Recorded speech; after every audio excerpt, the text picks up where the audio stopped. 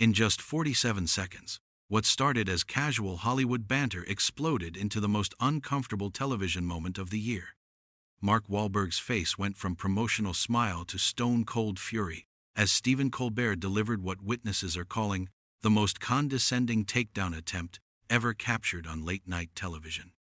The exchange that followed left crew members speechless, and Wahlberg walking off, said in disgust. Last night's episode of The Late Show was supposed to be a simple promotional stop for Wahlberg's latest action thriller. But from the moment the Boston native settled into that familiar guest chair, something felt off. The studio audience could sense it too. That electric tension that hangs in the air when two strong personalities are about to clash. So Mark, you're back with another movie, where you're the tough guy saving the world. Colbert began with that trademark smirk that his fans love but his critics despise. Tell me, how does it feel to essentially play the same character in every single film you make? The question landed like a sucker punch. Wahlberg's jaw tightened almost imperceptibly, but he maintained his composure. You know, Stephen, I think that's a pretty lazy take. If you actually watched the films instead of just reading the synopsis. Oh, I watched them, Colbert interrupted, leaning forward with theatrical enthusiasm. I watched them all. The angry Boston guy who fights for justice. The angry Boston guy who protects his family. The angry Boston guy who... He paused for effect, letting the studio audience's uncomfortable laughter fill the silence. Well, you get the pattern. The audience's reaction was mixed. Some nervous chuckles, others complete silence. Wahlberg shifted in his seat, his famous Boston temper starting to simmer just beneath the surface. That's real professional, Stephen. Really classy way to treat a guest who came here to promote his work. But Colbert wasn't backing down. In fact, he seemed energized by Wahlberg's visible irritation. Hey, I'm just calling it like I see it. You've got a formula that works. Angry face, Boston accent, throw some punches, collect the paycheck. Can't blame a guy for finding his niche, right? The insult was delivered with Colbert's signature fake-friendly tone, the kind that makes you want to punch someone while they're smiling at you. Wahlberg's hands clenched into fists on his lap, and for a moment, the studio was dead silent, except for the hum of the cameras. You want to talk about formulas? Wahlberg's voice dropped to that dangerous whisper that anyone from Dorchester would recognize as a warning. Let's talk about your formula, Stephen. Smug liberal host makes condescending jokes about working-class guy from Boston. Real original stuff there, pal. The temperature in the room plummeted. Colbert's smile faltered for just a fraction of a second before snapping back into place. But that moment of uncertainty didn't go unnoticed. The audience was holding its collective breath, sensing they were witnessing something unprecedented. Oh, we're going there? Colbert's voice took on an edge that his viewers rarely heard. The working-class hero angle? That's rich coming from someone who's worth what, $300 million? When was the last time you actually set foot in a working-class neighborhood that wasn't for a movie set? Wahlberg's face flushed red, his Boston Irish blood rising to the surface like mercury in a thermometer. Are you kidding me right now? You want to talk about authenticity? You're a millionaire sitting behind a desk making jokes about people's lives while they're out there actually working for a living. And you're out there pretending to be one of them in movies. Colbert shot back, his fake, jovial mask starting to slip completely. At least I'm honest about what I am. The studio audience was getting uncomfortable now. This wasn't playful banter or even heated debate. This was two wealthy men in expensive suits having a very real, very personal argument on national television. The cameras kept rolling, but you could see crew members exchanging worried glances off to the side. Wahlberg leaned forward, his voice getting louder with each word. Honest? You think sitting up here in your ivory tower making fun of people is honest? You wouldn't last 5 minutes where I grew up, Stephen. Not 5 goddamn minutes. The profanity hung in the air like smoke after a gunshot. CBS censors were probably having heart attacks, but nobody moved to stop what was happening. It was too compelling, too raw, too real to interrupt. Where you grew up? Colbert's voice dripped with disdain. You mean before you became a Hollywood pretty boy? Before you started pretending that your past somehow makes you more authentic than everyone else? Give me a break, Mark. You're as manufactured as anyone in this business. That was the line that shouldn't have been crossed. Wahlberg's face went from red to white in an instant, And when he spoke, his voice was deadly quiet. "You don't know what the hell you're talking about." The silence that followed was deafening. Even the audience seemed to realize they were witnessing something that would be talked about for years to come. Colbert, perhaps sensing he had pushed too far, tried to lighten the mood with a forced chuckle. "Hey, let's just agree to disagree and talk about the movie, okay?" But Wahlberg wasn't interested in backing down anymore. The promotional appearance had become something else entirely, a reckoning that neither man had seen coming, but both seemed determined to see through to its bitter end. "No, Stephen, we're not moving on." Wahlberg's voice cut through the studio like a blade. "You want to sit there and talk about manufactured? Let's talk about you hiding behind your character for 20 years. At least when I'm on screen, people know they're watching Mark Wahlberg. You're so deep in this fake persona that I don't think even you know who the real Stephen Colbert is anymore." The audience gasped audibly. This wasn't just personal anymore. This was character assassination on live television. Colbert's face went pale, then flushed with anger. His carefully constructed television personality was being dismantled in real time by someone who clearly didn't give a damn about the consequences. "My character?" Colbert's voice rose an octave. "At least I'm not pretending that being a high school dropout who got arrested makes me some kind of authentic voice for working people. You're a cautionary tale who got lucky, Mark. Nothing more." The words hit Wahlberg like a physical blow. His past, the troubled youth, the arrests, the struggles, wasn't something he hid from, but having it weaponized against him on national television was crossing every line of human decency. The studio audience was completely silent now, horrified by what they were witnessing. A cautionary tale? Wahlberg stood up slowly, his 6-foot frame towering over the seated host. "You privileged piece of shit. You think because you went to some fancy college that makes you better than people who had to fight for everything they got?" The F-word reverberated through the studio like a bomb going off. CBS executives watching from the control room were probably reaching for their phones, but the confrontation had taken on a life of its own. This wasn't television anymore. This was two men settling a score that went deeper than anyone in that room understood. Colbert shot to his feet as well, his desk now the only thing separating the two men. "Don't you dare lecture me about privilege while you're sitting on hundreds of millions of dollars. You think your sob story excuses the garbage movies you make, the mindless violence you peddle to kids? Mindless violence?" Wahlberg's laugh was harsh and bitter.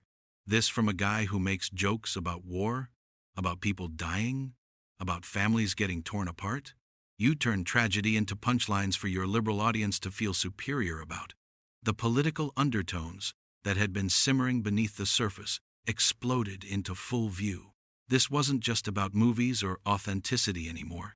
This was about worldviews, about class, about everything that divides America in 2025. "At least my jokes don't glorify solving problems with your fists," Colbert shouted, his composure completely shattered.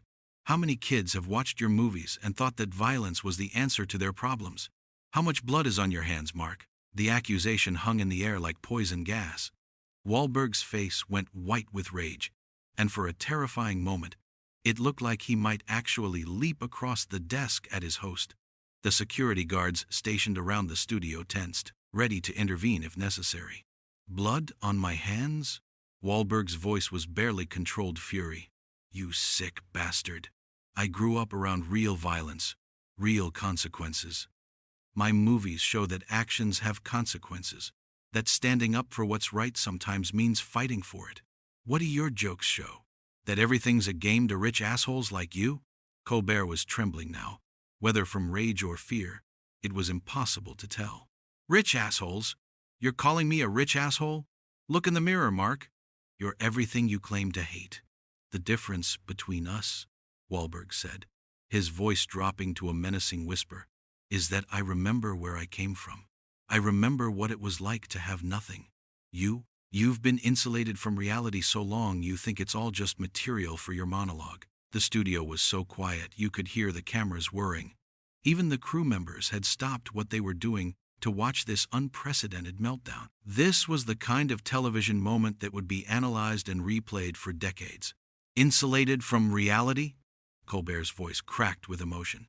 "I've been making jokes about reality while you've been making fantasies where the tough guy always wins." where problems get solved with violence and swagger. You're selling a lie, Mark, and you know it. Wahlberg stepped around the side of the desk now, closing the distance between them. The security guards moved closer, but nobody was sure what to do. This was uncharted territory for everyone involved. A lie? Wahlberg's face was inches from Colbert's now.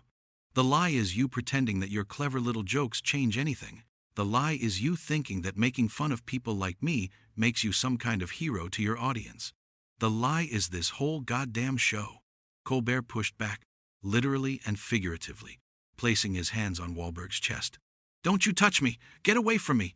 You want to solve this like you solve everything else? With violence? Prove my point, Mark.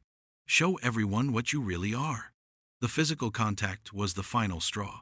Wahlberg grabbed Colbert's wrists, his face contorted with rage. You want to see what I really am? I'm someone who doesn't let privileged pricks talk down to him on national television. The studio erupted into chaos. Security guards rushed forward. Audience members were on their feet, and cameras captured every second of the most shocking confrontation in late-night television history. But the worst was yet to come. Get your fucking hands off me! Wahlberg roared as two security guards attempted to separate the men. His Boston accent was thicker now, the polished Hollywood veneer completely stripped away to reveal the street fighter underneath. Colbert stumbled backward, his expensive suit wrinkled, his carefully styled hair disheveled. This is what you are, Colbert screamed, pointing an accusatory finger at Wahlberg while backing toward his desk. A thug, a violent thug who can't handle criticism. This is exactly what I was talking about. The audience was in complete pandemonium. Some people were trying to leave. Others were recording everything on their phones despite strict no-phone policies, and a few were actually cheering like they were at a boxing match. The studio had transformed from a place of entertainment into something resembling a gladiator arena. Wahlberg shrugged off the security guards with surprising ease, his years of physical training evident in how effortlessly he broke free. You want to see a thug? I'll show you what a real thug looks like, you pretentious piece of garbage. Stay back. Stay the hell back. Colbert grabbed a coffee mug from his desk, holding it like a weapon. The sight of the late-night host cowering behind his own desk with a CBS mug raised above his head would have been comical if it weren't so pathetic. Security! Get him out of here! But Wahlberg wasn't advancing anymore. Instead, he stood in the center of the stage, his chest heaving, surveying the chaos around him with disgust. Look at this, he said, his voice cutting through the noise. Look at what you've turned this into, Stephen. A goddamn circus.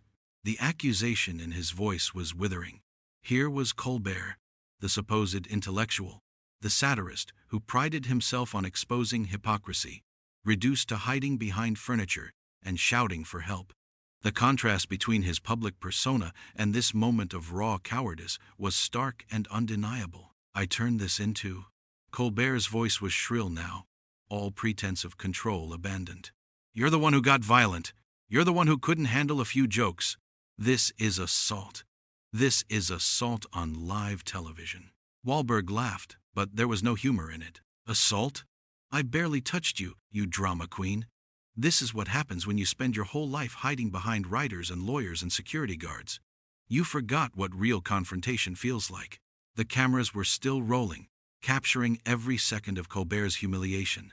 The man who had built his career on making others look foolish was now the fool himself, and everyone in that studio could see it. His hands were shaking as he gripped the coffee mug, his face pale with fear and embarrassment. You think this makes you look good? Colbert tried to regain some semblance of authority. Intimidating a talk show host? Threatening someone half your size? Real heroic. Mark, half my size? Wahlberg's eyebrows shot up in disbelief. You were talking pretty tough a minute ago when you thought you were safe behind your desk and your audience and your little jokes. What happened to all that big talk about blood on my hands? The question hit home. Colbert's face flushed red as he realized how his earlier accusations sounded now that he was the one cowering in fear. The moral high ground he had tried to claim was crumbling beneath his feet with each passing second. This isn't over, Colbert stammered, trying to salvage some dignity from the wreckage of his performance. There will be consequences for this. Legal consequences. Wahlberg stepped back, straightening his jacket with deliberate calm. The contrast between his composure and Colbert's panic was striking. Legal consequences? For what? Having a conversation? You're the one who turned it personal, Stephen. You're the one who brought up my past, my family, my work. I just responded in kind. The truth of that statement was undeniable, and everyone in the studio knew it. The cameras had captured everything. Colbert's escalating attacks, his condescending tone, his deliberate attempts to provoke his guest. Wahlberg had certainly responded with force, but he hadn't thrown the first verbal punch. Besides, Wahlberg continued, his voice now deadly quiet, what jury in America is going to side with a millionaire talk show host who attacked a guest and then hid behind his desk like a scared child? The words cut deep. Colbert's entire identity was built on being the clever one, the one in control, the one who exposed others' weaknesses. But here he was, exposed as a coward on his own show, in front of his own audience, by a man he had tried to humiliate. You can't just. Colbert's voice trailed off as he realized he had no response, no clever comeback, no witty observation, no sardonic quip. For the first time in decades, Stephen Colbert was speechless. Wahlberg looked around the studio one final time, taking in the chaos, the frightened faces, the cameras still recording everything. Then he turned back to Colbert, with something almost resembling pity in his eyes. You know what the saddest part is, Stephen? I actually used to respect you. I thought you were smart, funny, someone who used humor to make important points. But this, he gestured at the scene around them, this is just pathetic. You're pathetic. With that, Wahlberg walked toward the exit, ignoring the security guards who were now just standing around looking confused. The audience parted before him like the Red Sea, nobody wanting to get in his way or be associated with what had just happened.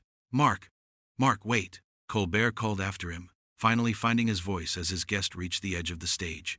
We can't end it like this. The interview, the movie. Wahlberg paused at the exit, turning back one final time. His voice carried clearly across the stunned studio.